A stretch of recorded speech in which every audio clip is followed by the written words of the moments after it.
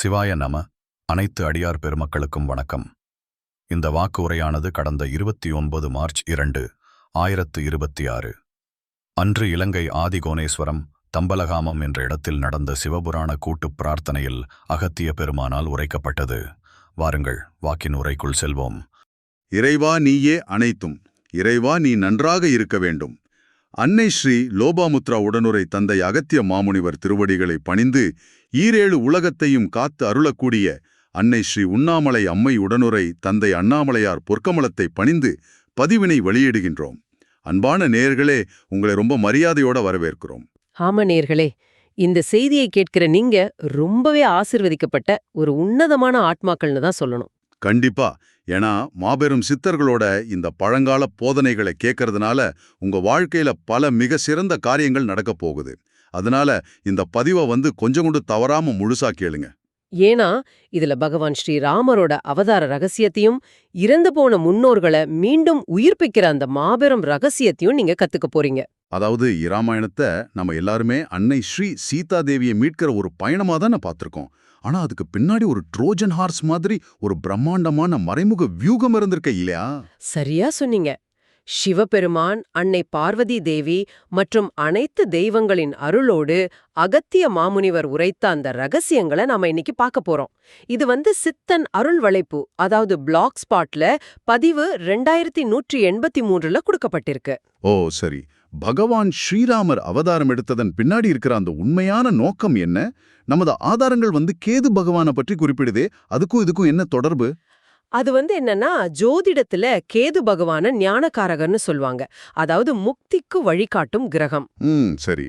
அப்படிங்கிறது தான் அகத்திய மாமுனிவர் வெளிப்படுத்தும் உன்னத உண்மை.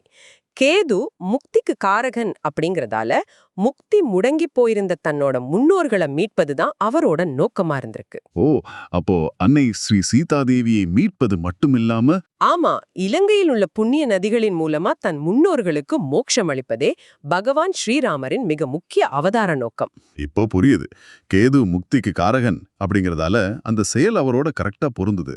ஆனா நீங்க முன்னோர்களை உடலோடு உயிர்ப்பிப்பதுன்னு சொன்னீங்க, அது எப்படி சாத்தியம்? இது ஒரு அற்புதமான கேள்வி. இராவணன் சிவபெருமானோட மிக சிறந்த பக்தன் மற்றும் ஞானி, அது நமக்கு தெரியும். ஆமா, பெரிய சிவபக்தன் அவன். அவன் இலங்கையில உருவாக்குன சில தீர்த்தங்கள் வெறும் சாதாரண நீர்நிலைகள் கிடையாது. மனிதர்களோட பிறவி பிணியை நீக்கி நேரடியா முக்தி தரக்கூடிய பிரபஞ்ச ஆற்றல் மையங்கள் அது. வாவ், அப்படியா? தர்ப்பண சடங்குகளை தொடங்கி முன்னோர்களை அழைத்தா. ஒரு நிமிஷம், அப்போ இராமேஸ்வரத்துக்கும் இலங்கைக்கும் அடியில ஒரு தொடர்பு இருக்கா? கண்டிப்பா. பூமிக்கு அடியில ஒரு நேரடியான ஆன்மீக ஆற்றல் தொடர்பு இருக்கு. அந்த ஆற்றல் பாதையின் வழியே இலங்கையின் குறிப்பிட்ட தீர்த்தத்துல அவங்க மீண்டும் உடலோடு, அதாவது பிசிக்கல் ஃபார்ம்ல திரும்பி வருவாங்க அப்படிங்கிறது தான் ரகசியம். கேட்கவே ஆச்சரியமா இருக்கு. ஆனா எனக்கு ஒரு சின்ன சந்தேகம். இராவணனிடம் இவ்வளவு பெரிய ஆற்றல் இருந்திருந்தா இராமாயண போரில் இறந்த தனது படைவீரர்களே அவன் ஏன் மீண்டும் உயிர்ப்பிக்கல? ரொம்ப சரியான வாதம். ஆனா இந்த ஆற்றல் அனைவருக்கும் எதற்கும் பயன்படாது. இது முக்தி பெறுவதற்கான கர்மா இருப்பவர்களுக்கு மட்டுமே செயல்படும் ஒரு ரகசிய முறை. ஓ, அப்ப இது எல்லாருக்கும் வேலை செய்யாது. ஆமா. தவிர இந்த மாபெரும் அறிவு மனிதர்களால் தவறாக பயன்படுத்தப்படக்கூடாது அப்படிங்கிறதுக்காகவே காலம் காலமா மறைக்கப்பட்டிருக்கு. சுமார் 200 ஆண்டுகளுக்கு முன்பு கூட இந்த ரகசியங்களை உயிர்ப்பிக்க முயன்ற இராவண வம்சத்தைச் சேர்ந்த ஒருவர் கொல்லப்பட்டார். அப்போ இயற்கையின் சமநிலையை குலைக்க கூடாதுன்னு பாதுகாக்கப்பட்ட ரகசியம் இது.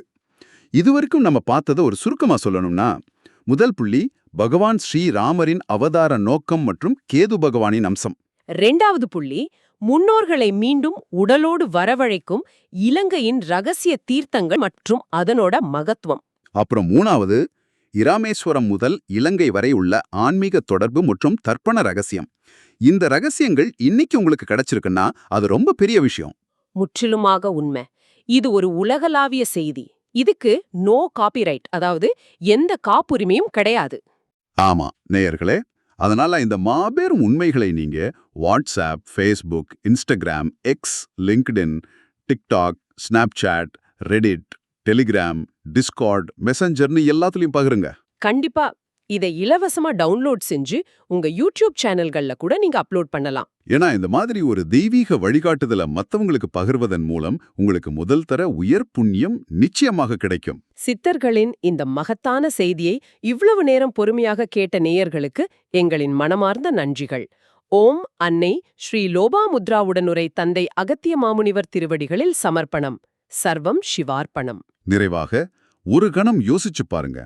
தர்மத்தை நிலைநாட்ட சித்தர்களும் ஞானிகளும் கடலுக்கடியில் மறைந்துள்ள குமரிகண்டத்தின் சிலைகள் மூலமாக இன்று உலகிற்கு இறை ஆற்றலை வழங்கிக் கொண்டிருக்கிறார்கள் என்றால் நமது கண்களுக்கு தெரியாமல் இன்னும் எத்தனை பிரம்மாண்டமான ரகசியங்கள் நம்ம சுத்தி இயங்கிட்டு இருக்கு. தேடலை தொடருங்கள். ஓம் அன்னை ஸ்ரீ லோபா முத்ரா சமேத அகத்திய பெருமான் திருவடிகள் போற்றி போற்றி. சர்வம் சிவார்ப்பணம்.